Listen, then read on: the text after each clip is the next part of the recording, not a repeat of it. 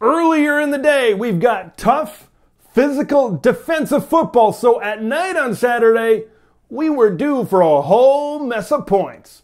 Great time to subscribe to the channel. Big Ten videos every single day. Always crush that like button. Now, when you dive into this one, of course, Purdue escaping with the victory. But that one was right there for the taking for the Nebraska Cornhuskers.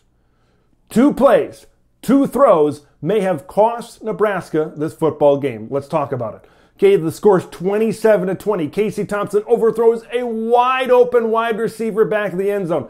That a 4-point deficit compared to a tie game completely changes the way both teams kind of call the game going forward. And of course, the interception later on where Casey Thompson was trying to get the ball to Trey Palmer just didn't work out. Probably, and then that led to a touchdown back the other way. That's 11 points. 11 points you left on the field with those 2 very avoidable mistakes by Casey Thompson. And when you talk about Casey Thompson, I feel the more I watch him, the more I feel with Casey, you get the good with the bad. Okay, he's gonna make really good throws, and he made really good deep throws. I'll get to the deep passing offense in just a minute for Nebraska. You get really good play, you get really good throws, but you also get a guy who turns the football over every now and then. Okay, it's kind of what you get with Casey Thompson. This is a comparison, not by any means. By no means is this a comparison, but I grew up in Wisconsin with Brett Favre as quarterback of the Green Bay Packers. And that might be an extreme example, but you knew he can throw for a lot of yards, but he can throw for some interceptions as well. I think you get the good with the bad. Let's talk about Trey Palmer. Trey Palmer might be the best deep threat in the Big Ten.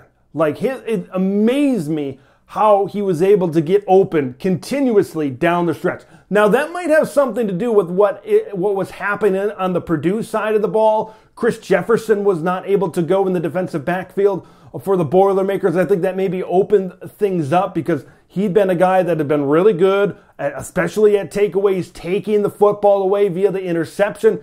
Not being in the lineup maybe opened things up, maybe made things a little bit easier for this Nebraska offense. Let's talk about Purdue for a minute. Devin Mockobee. Look, I love what he brings to the table. I think Purdue was looking for this element of their offense before Devin Mockobee came in, and now that you have a guy like Devin in this offense that can run, and the thing I like about Devin is he can bust off big runs. He's a bowling ball in there. I just love his physicality combined with his speed getting into the open field and how he can bust off big chunks of yardage. And look, King Daru is back in the lineup. Dylan Downing was not there today, but this is a stable of running backs in Purdue that can really provide some semblance of a balanced attack for both the Purdue passing offense and both the Purdue rushing offense. Okay, the results of this game. Nebraska. Okay, I know this one was there for the taking. I know you wanted to come away with a win in this football game. But once again, this Nebraska team is improving. This Nebraska team continues to not only look better, but is a better football team. Look, defense, they still have issues. Okay, they're still missing tackles in the open field. Their pass rush wasn't great today. Give credit to Purdue's offensive line.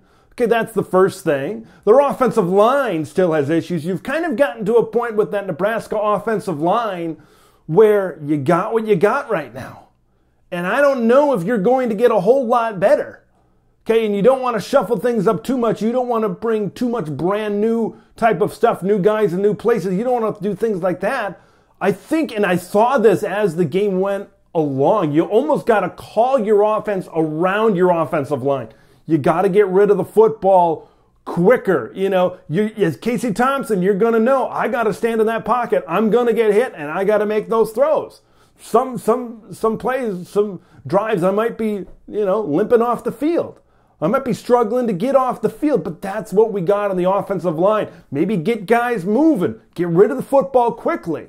Get it into the hands of the playmakers, like a Trey Palmer and other guys on this offense. And I think that's what the play call, what Mark Whipple and Mickey Joseph are kind of, maybe they're coming to accept that at Nebraska, that this is going to be the case going forward with their offensive line, and you almost need to design your offense around the weakness that is that Nebraska offensive line.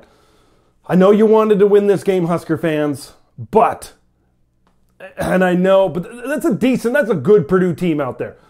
Aiden O'Connell is one of the best quarterbacks in the country.